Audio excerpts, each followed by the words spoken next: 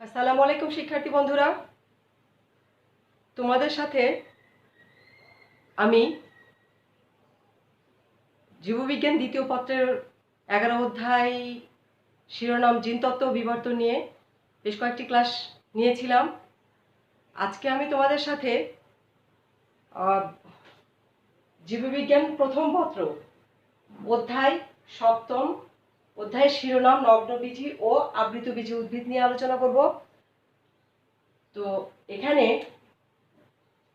নগ্নবীজি ও আবৃতবীজি উদ্ভিদ, নগ্নবীজি উদ্ভিদে ফল হয় না, বীজ উৎপাদন হয়, আর বীজটা নগ্ন অবস্থায় থাকে। আর আবৃতবীজি উদ্ভিদে ফল এবং বীজ দুটোই উৎপন্ন হয়। যেহেতু ফল হয় আর বীজটা ফলের ভিতরে আবৃত অবস্থায় থাকে। তো আজকে আমি তোমাদের সাথে এই নগ্নবীজি উদ্ভিদ নিয়ে আলোচনা করব। নগ্নবীজি উদ্ভিদ নিয়ে আলোচনা করব। দেখো, নগ্নবীজি উদ্ভিদ। তো এখন বীজ উৎপাদনকারী ভাস্কুলার উদ্ভিদ গোষ্ঠীকে স্ববীজ উদ্ভিদ বা স্পারমাটোফাইটা বলে। এ গোষ্ঠীকে আবার কি করে দুটি উপগোষ্ঠীতে ভাগ করা হয়। উপগোষ্ঠীগুলো হলো এক, নগ্নবীজি উদ্ভিদ, এই নগ্নবীজি উদ্ভিদ বা ব্যক্তবীজি উদ্ভিদ, ব্যক্তবীজি উদ্ভিদ। আর অপরটি হচ্ছে যে আবৃতবীজি উদ্ভিদ, আবৃত, দেখো, আবৃতবীজি উদ্ভিদ বা গুপ্তবীজি উদ্ভিদ, গুপ্তবীজি উদ্ভিদ। তো এখানে কথা হলো যে এই নগ্নবীজি উদ্ভিদগুলো ডিভোনিয়ান যুগে উৎপত্তি লাভ করে আর মেসোজোয়িক যুগে এটা কি করে বিস্তৃতি লাভ করে। অতীতকালে এটা কি করতো, আবৃতবীজি উদ্ভিদের চেয়ে এদের সংখ্যা অনেক বেশি ছিল, কিন্তু বর্তমানে এটি সংখ্যা আবৃতবীজি উদ্ভিদের চেয়ে অনেক কমে গেছে। তো এখানে এই নগ্নবীজি উদ্ভিদ বা যেটাকে আমরা বলতেছি যে জিমনোস্পার্ম, ইংরেজিতে এটাকে জিমনোস্পার্ম বলা হয়, যার বাংলা প্রতিশব্দ হচ্ছে নগ্নবীজি বা ব্যক্তবীজি উদ্ভিদ বলা হচ্ছে। এই জিমনোস্পার্ম দুটি গ্রিক শব্দের সমন্বয়ে গঠিত। দেখো, গ্রিক শব্দটা দেখে নাও, এটাকে কি। এখানে আমরা আজকে কি করব, এই নগ্নবীজি উদ্ভিদ নিয়ে আসলে আজকে আলোচনা করব। নগ্নবীজি উদ্ভিদের বাংলা প্রতিশব্দ, এটা জিমনোস্পার্মের বাংলা প্রতিশব্দ আসলে নগ্নবীজি উদ্ভিদ। তো এখানে দুটি গ্রিক শব্দের সমন্বয়ে এটি গঠিত। জিমনোস, দেখো এখানে জিম জিমনোস, জিমনোস কথাটার অর্থ হচ্ছে যে এখানে কি বলা হয়, এই শব্দটার অর্থ হচ্ছে নেকেড, নেকেড, দেখো, যার বাংলা অর্থ হচ্ছে নগ্ন, নগ্ন। আর স্পার্ম, স্পার্ম, SPERM, স্পার্ম শব্দের অর্থ হচ্ছে যে সিড, সিড, যার বাংলা অর্থ হচ্ছে বীজ। তাহলে জিমনোস্পার্ম দুটি গ্রিক শব্দের সমন্বয়ে গঠিত। একটা হচ্ছে জিমনোস অর্থ নেকেড বা নগ্ন, আর একটা স্পার্মস অর্থ সিড বা বীজ। তাহলে এখানে জিমনোস্পার্ম শব্দের অর্থ হচ্ছে যে নগ্ন বীজ। আর এটি হচ্ছে যে উদ্ভিদ বিজ্ঞানের জনক থিওফ্রাস্টাস, উনি তার ইনকুইরি ইনটু প্লান্টস নামক গ্রন্থে প্রথম এই জিমনোস্পার্ম শব্দটি ব্যবহার করেন। আর এটি হচ্ছে যে এই জিমনোস্পার্ম আসলে এর প্রথমে অতীতে এটাকে পুষ্পক উদ্ভিদ বলা হতো, কিন্তু এর পুষ্পটা অর্থাৎ এর স্ট্রোবিলাসটা, সরি স্পোরোফিলটা, এর স্পোরোফিল পুষ্পের সাথে মিল নাই, স্ট্রোবিলাসের সাথে মিল আছে, সেজন্য এটাকে আর পুষ্পক উদ্ভিদ বলা হয় না। পুষ্পক উদ্ভিদ বলা হচ্ছে না। আর কি বলা হয়, এখানে এখানে কি হচ্ছে, তাহলে আমরা কি বলবো যে এই নগ্নবীজি উদ্ভিদ বলা হয় কাকে? প্রথমে বলবো যে সকল উদ্ভিদে গর্ভাশয় থাকে না আর ডিম্বকগুলো মেগাস্পোরোফিলের কিনারে সজ্জিত থাকে এবং নিষেকের পর এই ডিম্বকগুলো কি করে, বীজ উৎপাদন করে আর বীজগুলো নগ্ন অবস্থায় থাকে। সেই সকল উদ্ভিদগুলোকে বলা হয় নগ্নবীজি উদ্ভিদ। আর বাংলাদেশে কি হলো, আবৃতবীজি উদ্ভিদের সংখ্যা প্রায় 4000 প্রজাতিরও বেশি, কিন্তু নগ্নবীজি উদ্ভিদগুলোর সংখ্যা এত কম, যেমন বাংলাদেশে আমরা বর্তমানে 5টি প্রজাতির নগ্নবীজি উদ্ভিদ পাই। সেগুলোর মধ্যে হচ্ছে, সেগুলো যেমন সাইকাস পেকটিনাটা, এটা যেমন চট্টগ্রামে পাওয়া যাচ্ছে, চট্টগ্রামের বাড়িয়াডালিতে এটা পাওয়া যায়। আর তারপরে আছে কি পোডোকার্পাস নেডিফোলিয়াস, এটি চট্টগ্রাম, কক্সবাজার এবং এটি সিলেটেও এটির কিছু পাওয়া যায়। তারপরে আছে নিটাম, নিটামটাও চট্টগ্রাম, কক্সবাজারে এটি পাওয়া যায়। তো এখানে নিটামের কিন্তু 2-3টি প্রজাতি আছে। আর বাগানে উৎপাদনের জন্য যে নগ্নবীজি উদ্ভিদগুলো লাগানো হয় সেগুলো হচ্ছে সাইকাস, পাইনাস, থুজা, এগুলো হচ্ছে যে বাগানে লাগানো হয়। আর পৃথিবীতে 13টি গণ এবং 721টি নগ্নবীজি উদ্ভিদ পাওয়া গেছে। আর জীবন্ত নগ্নবীজি উদ্ভিদকে আসলে 4টি বিভাগে ভাগ করা হয়। এই 4টি বিভাগগুলো হলো, দেখো, জিঙ্গোফাইটা, এটা আমি মুছে দিই। জীবন্ত নগ্নবীজি উদ্ভিদ যেগুলো আছে সেগুলো 4টি বিভাগে ভাগ করা হয়। সেগুলো কি, একটা হচ্ছে জিঙ্গোফাইটা, 1 নাম্বার কি বললাম আমি, জিঙ্গোফাইটা, এখানে দেখো জিঙ্গোফাইটা। আর এটা কিন্তু হচ্ছে যে একটি মাত্র প্রজাতি বাংলাদেশে বেঁচে আছে, আর সেটার নাম হচ্ছে জিঙ্গো বাইলোবা, একটি মাত্র প্রজাতি এটি বেঁচে আছে। তারপরে আছে হচ্ছে যে এখানে সাইকাডো ফাইটা, 2 নাম্বার হচ্ছে কি আছে, সাইকাডো ফাইটা, সাইকাডো ফাইটা, এটার প্রজাতি 100টি প্রজাতি এখন বেঁচে আছে। তারপরে আছে এখানে এই জিঙ্গোফাইটা ও সাইকাডোফাইটার শুক্রাণুগুলো আসলে ফ্লাজেলাযুক্ত। এই জিঙ্গোফাইটার, সাইকাডোফাইটার শুক্রাণুগুলো ফ্লাজেলাযুক্ত। আরো 2টি বিভাগ আছে, সেই 2টি বিভাগগুলো হচ্ছে, যেমন 3 নাম্বার এখানে বলবো হচ্ছে যে কি বলবো, এখানে আছে, এখানে নিটোফাইটা, নিটোফাইটা। আর 4 নাম্বার হচ্ছে যে বলবো আমরা এখানে এই নিটোফাইটার 70টি প্রজাতি এখন বেঁচে আছে। আর তারপরে 4 নাম্বার হচ্ছে যে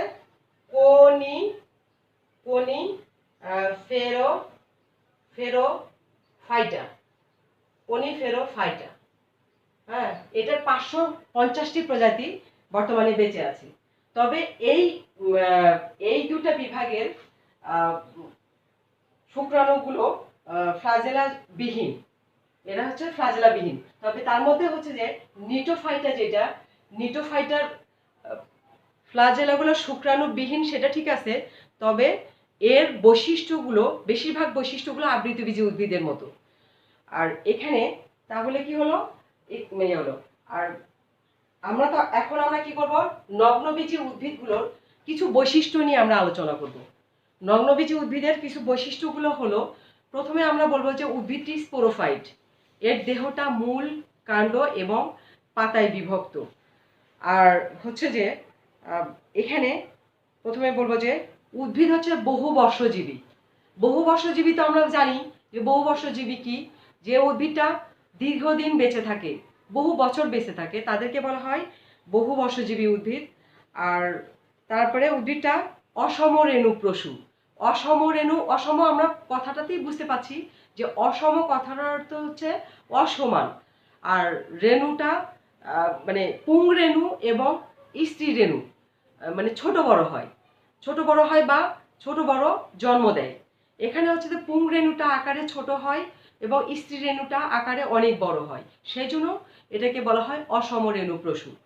তারপরে আছে হচ্ছে যে এখানে যে রেণুপত্র বা স্পোরোফিলগুলো, বিশেষ করে পুংরেণু পত্রটা করে কি উদ্ভিদের মাথায় এত ঘনভাবে সন্নিবিষ্ট হয়ে থাকে যে এটি কোন আকার তৈরি করে, বা স্ট্রোবিলার যেটা তৈরি করে সেটা এরকম করে কি করে কোন আকার তৈরি করে। এখানে দেখো তোমরা, এখানে এরকম করে কোন আকার, এরকম করে যেখানে তৈরি হয় এরকম করে কোন আকার তৈরি হয়ে যায়, এরকম করে কোন আকার তৈরি হয়ে যায় বা মোচার মতো তৈরি হয়ে যায়, মোচার মতো তৈরি হয়। এরা ঘনভাবে সন্নিবিষ্ট হয়। এখানে পুংরেণু পত্রগুলো এরকম করে ঘনভাবে সন্নিবিষ্ট হয়ে থাকে, ঘনভাবে অথচ এগুলো কিন্তু মানে ইন্ডিভিজুয়ালি যদি মানে ইয়া করা হয় তাহলে দেখতে কেমন হবে দেখো, এরকম করে হবে। এই রেণু পত্রগুলা বিশেষ করে পুংরেণুটা দেখো এটা দেখতে কেমন হবে, এরকম হবে, এরকম হবে, এরকম হবে, দেখো এরকম হবে। এখানে দেখো এটার নাম হচ্ছে যে, এটার নাম আসলে অ্যাপোফাইসিস। এটা কিন্তু পুংরেণু। পুংরেণুটা এগুলোতে এত ঘনভাবে সন্নিবিষ্ট হয় যে মানে একবারে দেখতে এটা পুরাটা দেখতে মোচার মতো বা কোণ তৈরি করে, এখানে কোণ তৈরি করে, মোচার মতো হয়। আর এটার নাম কিন্তু, এটা কিন্তু একটা পুংরেণু পত্র। আর এর মাথাটা দেখো, এটাকে বলা হয় অ্যাপোফাইসিস। এই মাথাটাকে বলা হয় অ্যাপোফাইসিস, অ্যাপোফাইসিস বলা হয়। আর এখানে কিন্তু দেখো স্পোরাঞ্জিয়া তৈরি হয়, অনেকগুলো স্পোরাঞ্জিয়া বা 4-5টা করে স্পোরাঞ্জিয়া একসাথে থাকে বলে এটাকে বলা হয় মানে স্পোরাঞ্জিয়াম বলা হয়। এরকম করে স্পোরাঞ্জিয়াম দেখো, অনেকগুলো স্পোরাঞ্জিয়াম এরকম করে থাকে, সজ্জিত থাকে। তাহলে এখানে এই স্পোরাঞ্জিয়াম মানে 4-5টা করে স্পোরাঞ্জিয়াম একসাথে থাকে বলে এটাকে সোরাস বলা হয়। হ্যাঁ, এটাকে সোরাস বলা হচ্ছে, এগুলোকে সোরাস বলা হচ্ছে। আর স্পোরাঞ্জিয়ামের মধ্যে কিন্তু স্পোর থাকে। হ্যাঁ, স্পোরাঞ্জিয়ামের মধ্যে স্পোর থাকে। স্পোরগুলো এটা ডিপ্লয়েড, অর্থাৎ 2 সেট ক্রোমোজোম থাকে এখানে। আর এরা তখন করে কি মিওসিস প্রক্রিয়ায় বিভাজিত হয়। এই স্পোরগুলো মিওসিস প্রক্রিয়ায় বিভাজিত হয়ে কি করে পুং রেণু তৈরি করে। আর এই পুং রেণুই কি করে, এর ভিতরেই করে কি পুং শুক্রাণু তৈরি হয়। এর ভিতরে এই পুং রেণুর ভিতরেই কি করে শুক্রাণু তৈরি হয়। পুং রেণু কিন্তু হ্যাপ্লয়েড, অর্থাৎ এখানে এক সেট ক্রোমোজোম তৈরি হয়।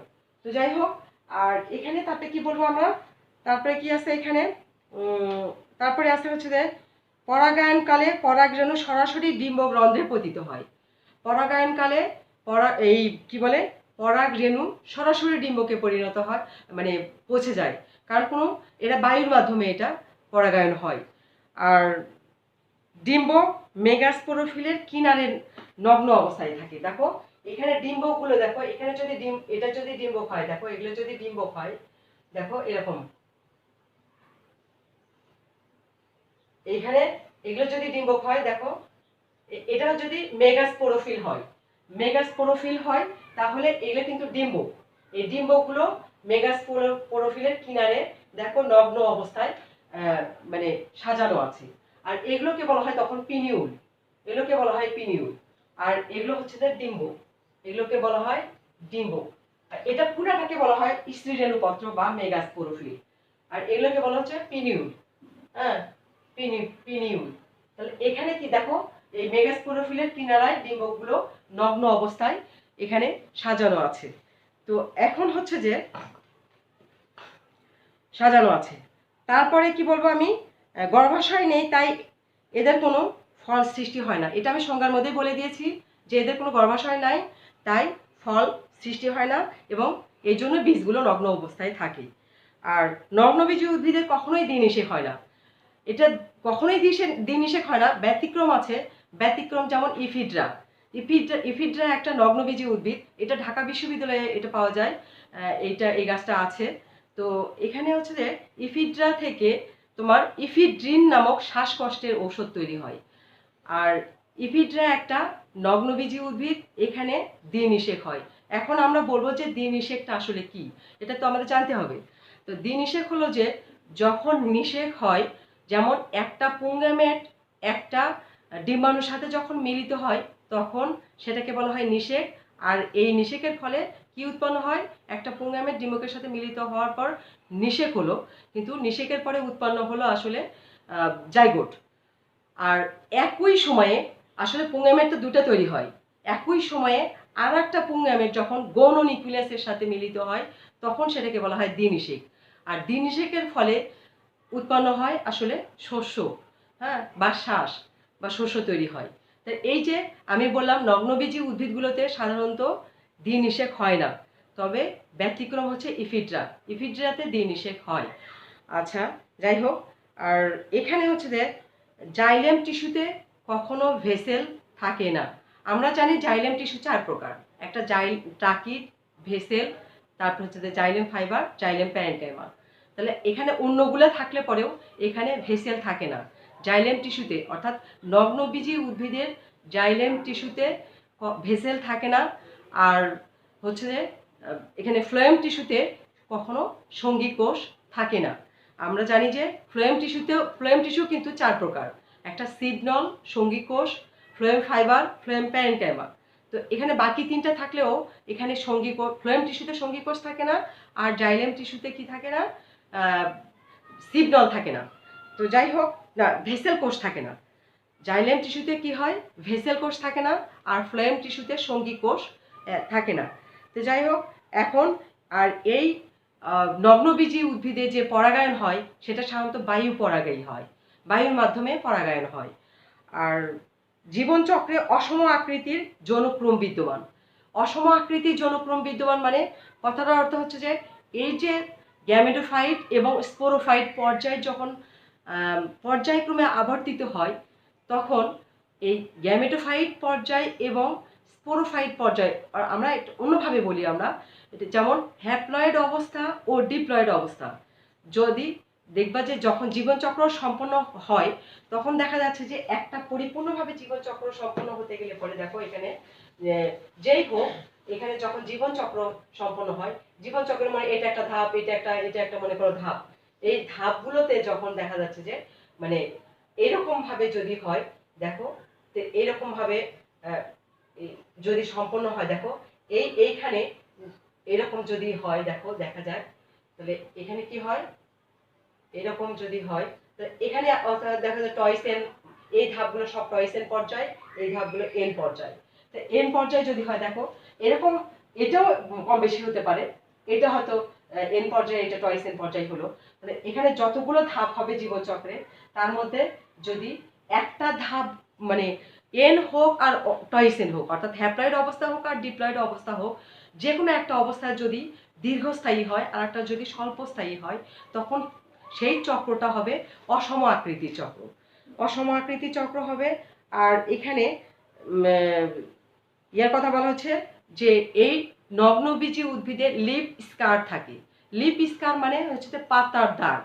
পাতার দাগ বলতে কি, আমরা কিন্তু ইয়েতে দেখেছি, আমরা ওই কি বলে খেজুর গাছের পাতা যখন কেটে ফেলা হয় তখন দেখা যায় যে খেজুর গাছের পাতা কেটে ফেলার পরেও সেখানে পাতার যে শেষ বৃন্তের যে একটা দাগ থাকে, যার উপরে পা দিয়ে দিয়ে আমরা উপরে উঠতে পারি। হ্যাঁ, তো এরকমই নগ্নবীজী উদ্ভিদগুলো পাতা ঝরে পড়ার পরেও এখানে কাণ্ডের গায়ে ওই পাতার দাগ থেকে যায়, যে ওখানে একটা পাতা ছিল, সেইটাকে বলা, যেখানে পাতা ছিল এবং পাতার দাগ ঝরে পড়ার পরেও পাতার দাগ দেখা যায়, সেটাকে বলা হয় লিফ স্কার।